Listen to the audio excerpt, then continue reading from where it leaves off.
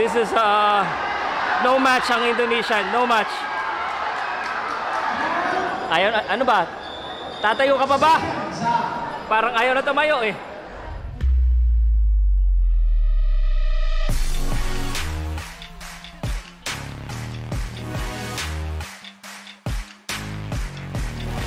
...18 wins, 13 knockouts at wala pang talo. Yan ang perfect record ngayon ng ating pambato na si Dave Apolinario. Sa video na ito ay makikilala natin ang boxing rising star na mula sa Sarangani, Philippines, na kababayan din ng ating pambansang kamao, Manny Pacquiao. At kagaya ni Manny, kaliwete din ang boksingerong ito, mga idol. Bago natin simulan, paki-like muna ang video para mas madami pang tao ang maabot ng video na to. Suporta na din sa ating kababayan. Mag-subscribe ka na din para updated ka sa mga susunod na uploads.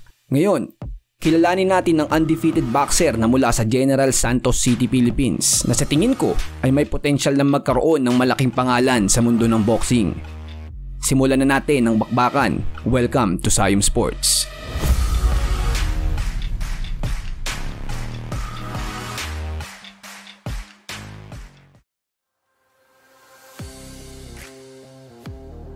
Pinanganak doong January 20, 1999 sa Sarangani, Philippines at nag-debut sa pro boxing noong June 10, 2017. Ang 24 years old na si Dave Apolinario ay ang current undefeated IBO flyweight champion at meron nga siyang parating na laban ngayong Agosto na gaganapin sa Tokyo, Japan. Sa unang tungtong niya sa ring, mga idol, ay pinakita niya agad ang tikas niya dahil sa unang laban pa lamang niya.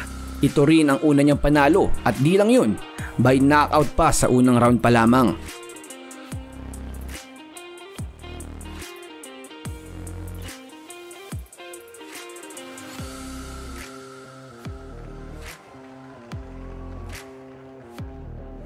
At doon nga nagsimula ang kanyang winning streak. Sunod-sunod na ang mga naitalang panalo ng ating kababayan na si Apolinario. Hindi lamang basta panalo, mga idol. Ang huling 7 laban nga niya ay puro knockout lahat. Ang huling laban nga niya ay ginanap sa General Santos kontra sa isang Indonesian boxer na si Frankie Rohi at nanalo siya dito via TKO dahil umayaw na ang Indonesian fighter. Hindi na kinaya si Dave.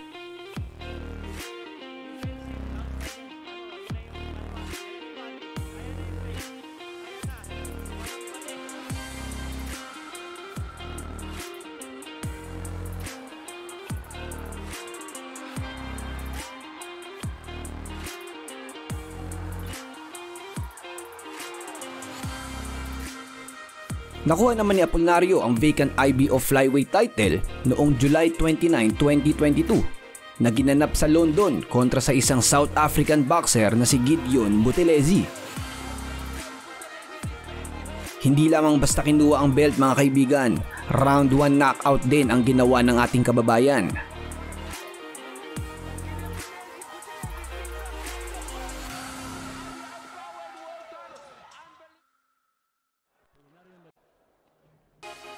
Sa kanyang pinapakitang mga performance ay di maikakaila na malaki ang potensyal ng flyweight champion na ito.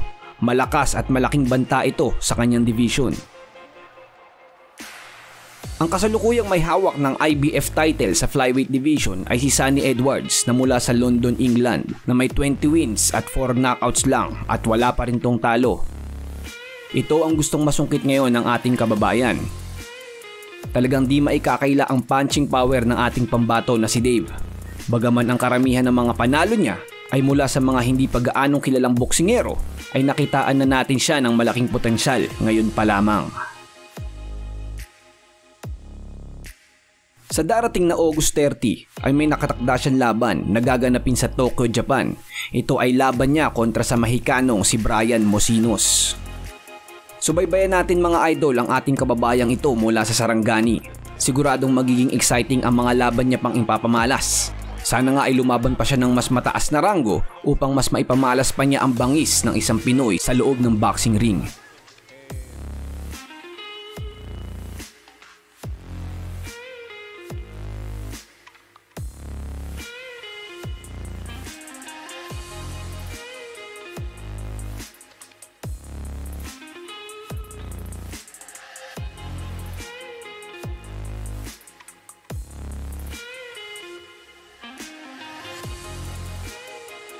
Hanggang dito muna ang video natin mga kaibigan. Kung na-enjoy mo ang video ay paki-like at mag-subscribe na din para updated ka sa mga susunod na uploads.